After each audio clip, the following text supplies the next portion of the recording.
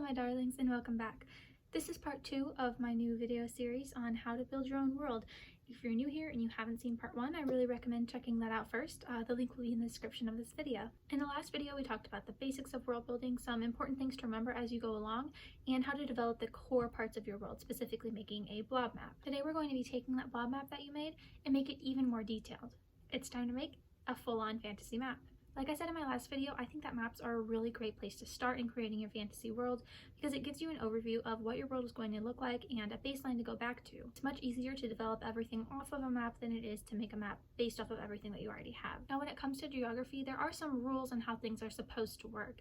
And I say supposed to work because you can bend those rules, but under certain circumstances. And we'll get into all of that in just a second. First, I'm going to go over some of the general rules. Mountains. Mountains are formed with a collision of tectonic plates, so mountain ranges will usually be in somewhat of a line that you can follow. Rivers. Rivers do have specific patterns that should be followed. Rivers always flow downhill, so you're not going to have a river go over top of a mountain. They also almost always empty out into a larger body of water like a large lake or a sea. Large cities are often, but not always, found by large bodies of water as well. That's because their proximity to these bodies of water makes trade a lot easier, and it can provide a thriving economy. Again, this isn't something you have to follow all the time, but it would make sense for a lot of your larger cities to be near bodies of water. When you're developing roads, make sure that they make sense with how people would actually want to travel. If there's a mountain pass, you would want the road to go through the mountain pass and not over top of the mountains. These are just a few of the basic rules that you need to keep in mind when you're developing your map, and there are lots more. The best way to learn, at least for me, was just to study maps of our own world. But, like I said, you don't always have to follow these geography rules. Remember that your world is your own place and anything could happen, but you do have to have a sort of technique when it comes to breaking these rules. The way I see it, there are 3 ways that you can approach this. The first way is just to follow the rules. It's definitely the easiest way, and if you want to be able to focus more on aspects of your world like culture and religion, this is a really good place to kind of make things less complicated. If you want to break those rules, you can break them, but make sure that there's a reason behind them. This is a magical other world.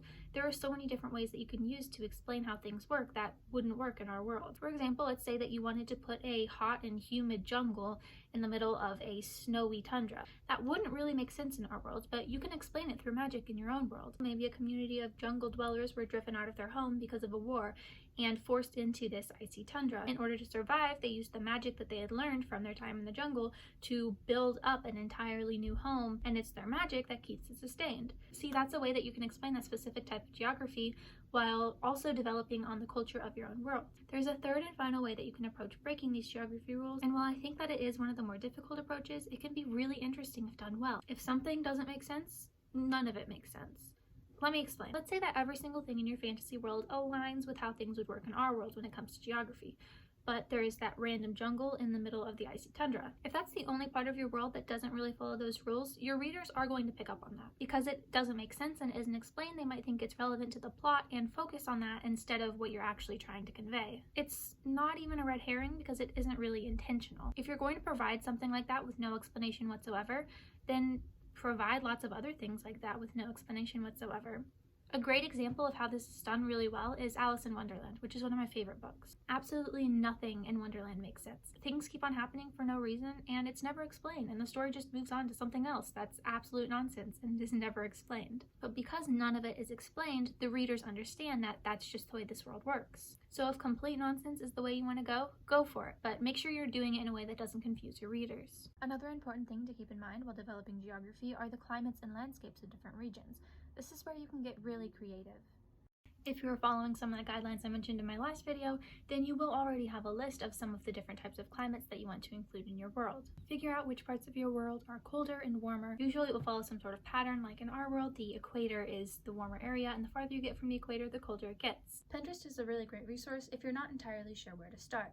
Searching up something as simple as landscape photography can give you endless reference photos for inspiration. One of Pinterest's most useful features is the fact that you can make a board and then add individual sections to those boards. This makes it really easy to organize the photos that you like. You can save them all to different sections that correspond with different parts of your world. So now that you know some of the ground rules of how geography works and how to approach it, it's time to actually start drawing the map. While I draw all of my own maps in Photoshop, I know that not everyone is an artist, and that's perfectly fine. There are tons of resources out there that you can use to create your own maps without having to use any artistic talent. I mentioned wolferfantasy.com's mapmaker in my last video because it has an option where you can randomly generate maps, but you can also create your own with the options provided. It's very customizable. It's kind of like a puzzle that you put together. The only complaint I'd have is that it isn't very user-friendly. Not all of the pieces go together, and there's really no way to tell until you try it out, so it takes a lot of experimenting to figure out how it works, but it's still a really helpful resource. Red Blob Games has an amazing map maker that I had so much fun experimenting with.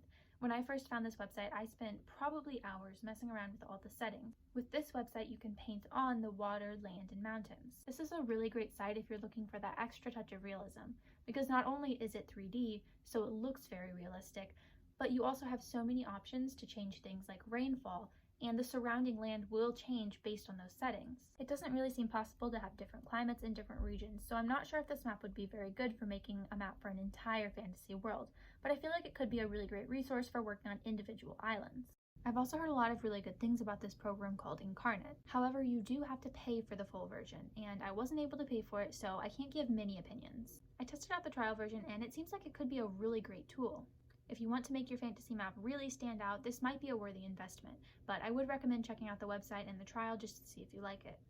Also, just a side note, if you do end up using any of these resources and sharing them anywhere, please credit the creators of the website. They worked really hard on creating that resource for people, and they deserve the credit. As a creator, it's really important to support your fellow creators. So now that we've drawn out our fantasy map, it's time to name things. When it comes to specific world building questions, I get a lot of questions about naming. Everybody's naming process is different, and it'll take time to figure out what works for you, but there are a few different methods you could try.